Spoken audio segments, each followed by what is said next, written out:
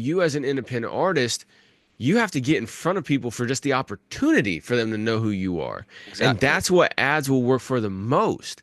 But see, what I feel is that a lot of independent artists, whenever they put any money, let's say they put, $100 or £100, right, into an advertising campaign over the course of a month. If they don't make $100 back in streaming and sales and merch and stuff like that, if they don't make it back, they feel like they just got ripped off. They wasted their money. Mm. But what they don't look at is like, what they don't think about is when somebody first sees you, you're an independent artist. You're not Drake or Beyonce or anybody like that, right? You're an independent artist. When somebody first sees your stuff, they may or may not like it, right? Let's say Mhm. they do like it. Do you think that they're immediately going to add you to their playlist and start streaming the hell out of it, or go buy your music or buy a t-shirt off of you? Or no. They might hit like Mm. the first time they see it. Maybe. They're not going to comment unless they're a troll, right? But on average, they're not going to comment. They might hit like. So, Mhm.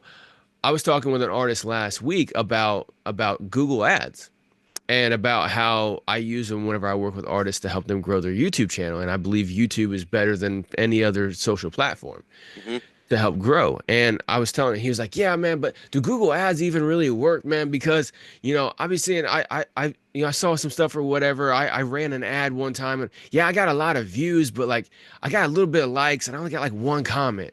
And I'm like, okay, yeah, but when you see something for the first time, do you like it and make a comment on it? He's Mm. like, well, no. I'm like, so do you think everybody's going to just because you put it in front of them? No.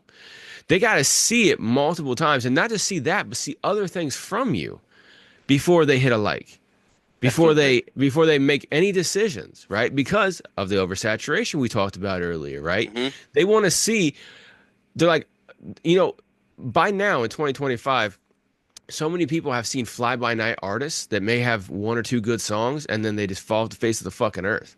Mhm. And so they don't want to invest their time, their energy, their money, their effort, anything like that into somebody unless they know that they're there for a while. And the more you get in front of them, the more you show them the consistency and the longevity, and that you're here just to entertain. You're not here to try to make a flip, right? Mhm. You're not in the corner with the pack or whatever, right? You're actually out here trying to entertain and engage with these people and no, whatever your message is, you got a message and stuff like that, you want to resonate, then people become invested in you as an artist and in your music and in your whole movement, whatever that is. And then people will be more apt to comment. They'll be on your live streams. They'll go and they'll add you to their playlist even more often. They'll share your stuff. They'll buy Mhm. your stuff. But Mhm. it Mhm. takes time, Mhm. and so you can't just run even on Meta, which I don't really like running Meta ads because it's really wonky. But you can do it. You can get successful campaigns if you do it right. It just takes a little extra. But no matter what platform you're running an ad on, you can't run it for 1 month and expect, your stuff just keep on going at that momentum for the next month. It doesn't work like that. You There have we to have go. the repetition. Like I said, look, I had 100 subscribers on my YouTube channel and I was getting a dozen or two views per episode. I was dropping an episode every single week. Mhm. I started running Google ads and it started slowly going up, right? And I've been running it since August, every single month, every single week, every single episode. I run some ads on it and everything like that to get in front of people. And the organic is starting to go up. My like count is starting to go up. The comments are starting to go up. The interactions where people are coming over to my live stream now, Mhm. straight from Google recommendations, not from word of mouth, hand to hand shit, right? Which that works great, obviously. But like I'm starting to get strangers coming by asking me questions in the comments or submitting this or doing that, right? It takes time though. Mhm. And like I said, now I'm up to, thousands. Excuse me, my dog just decided to want to get out from underneath the desk, but thousands of views, and then the opportunity comes as well too. I got approached by Atlanta. I didn't go approach them. I got an email one day. Hey, we'd like to do a brand partnership with you. Mhm.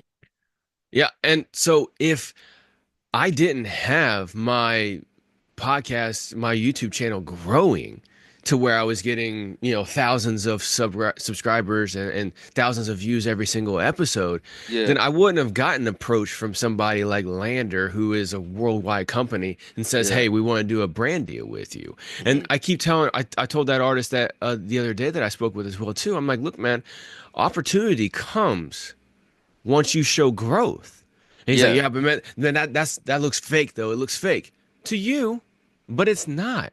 Mm. You're getting in front of real people. It's not like you're getting in front of bots, okay? Yeah, there might Mm. be some, but in order to pay Google Ads for a view, the person has to click. No, I'm not talking to my phone. Every And it time I has to say be for a Google, certain amount of time in as 30 well. seconds. Yeah, 30, Yeah. yeah. Yeah. So they have to, is a click in 30 seconds, right? And so you get that, and then you pay Google whatever. And if you do it right, I'm getting people below 2 cents per view whenever I do Google ads for them and stuff, right? And so stop. Every time I say the G word, my phone goes off. But anyway, It's got the G spot, bro. You hit the G exactly. I spot. hitting the G spot on them, man. Every time I say Google, my phone's like, yeah. I'm like, no, shut up. I'm not talking to you.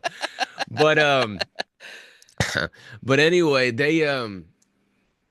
yeah, there's that. And then when you're doing it as an artist on your music and you're spending, you know, a fraction of a penny per view, Mm. and then that view is also a stream on YouTube, which pays some of the highest streaming revenue. Like here in the Hmm. United States, it pays an average of 0.007, which is 70% of a penny, all the way up to 1.5 pennies per stream.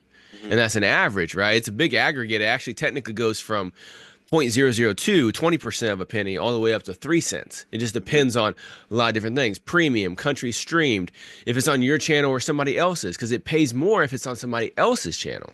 Mm. And Mm. so, you got all these different things to go into it, but at the same time, you're getting eyeballs, you're getting more attention. And Mm. then when you get that consistency and you're running ads, your organic is going to start growing up and up and up and up and up as well too.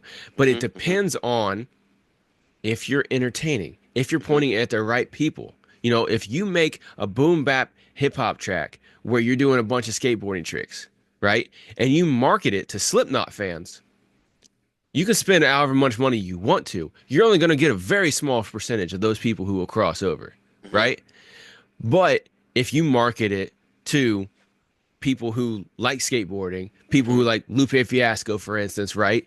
You're going to get, and your music happens to sound kind of like his, for instance, you're going to get a higher percentage of people coming over and Hmm. at least checking you out, Hmm. maybe even enjoying you as well too, because they already like that kind of stuff, Yeah. you know. Yeah.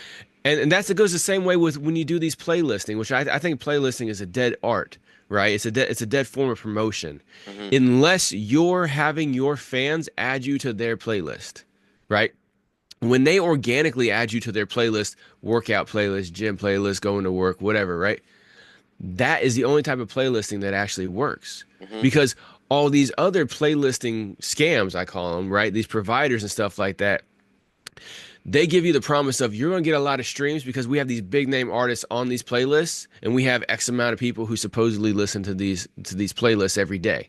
And I say supposedly because we all know that roughly half of Spotify's free user base is bots and bot Hmm. farms, right? And most of them are for the industry. So the major labels make money, Spotify makes money. Spotify even has whole teams of AI artists that they put into these playlists now, and they keep 100% of the money off of that too. Hmm. Hmm. This is why I keep telling artists Spotify is going to be dead within the next couple of years. Stop even saying their name when you're doing promotion. Just say YouTube, say Hmm. Apple Music, say Tidal. Bandcamp. I always release my music first on Bandcamp, and You can. Spotify is Mm-hmm. just an after extra bit of promotion I use. I Mm-hmm. actually release it on Bandcamp and on my website. That's Mm-hmm. where I promote everything. And then, as I said, the streaming is an extra. Like, Mm-hmm. yeah, okay, look, this is where you can get it exclusive, da da da da, Mm-hmm. and buy it or whatever and support. And then this is just a little bit of an extra. Mm-hmm. As a little bit of a more of a promote. That's how I use it now. Whereas Well, before, yeah. I used to aim all my release dates onto the Mm-hmm. date when Spot used to come out on Spotify, which I Mm-hmm. still do promote that. But my main release, I promote my website and Bandcamp Mm-hmm. because I know obviously it's a better platform. It supports artists a lot more. Obviously my own Mm-hmm. website. If I can support myself, you can't. So Right, exactly. Yeah, when you have people come over and you get them when they can actually take that step to come over to your Bandcamp or your website, Yeah. even if they don't purchase that often or at all, you still got them to take that extra step. And that means that they like you more than the average jamoke that they're seeing on social